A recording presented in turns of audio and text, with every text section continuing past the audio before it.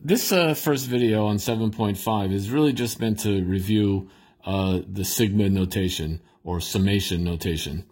When you see this is a Greek letter sigma, and when you see this summation, this symbol, this means the sum as I goes from 1 to 5 of 2i, which means I'm going to keep on placing it. I'm going to keep on plugging in all the numbers between 1 and 5 to this expression.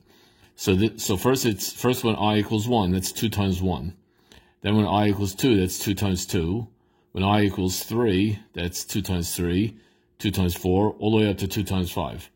Because I is going from 1 through 5, each number at a time. And the sigma means I add them all.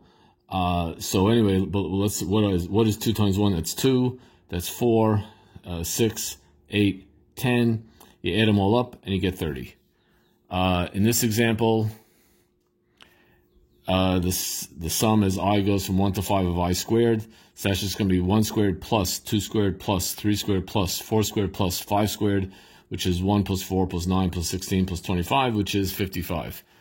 Third example is the sum as I goes from 1 to 5 of 2 to the I power.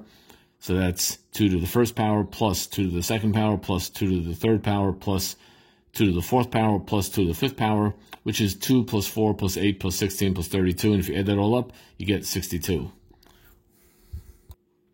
The next example is based on having a list of numbers. So here's a list of x values, here's a list of y values. So this is x1, x2, x3, x4. It's going down that way. It happens to be, the numbers happen to be 1, 2, 3, 4, but that's not the point.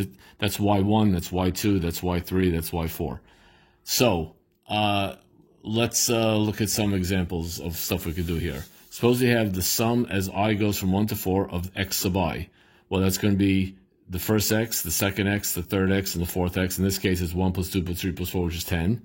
If I were to look at the sum as I goes from 1 to 4 of xi squared, so that would be 1 squared plus 2 squared plus 3 squared plus 4 squared, which if you add that up, that comes out to 30.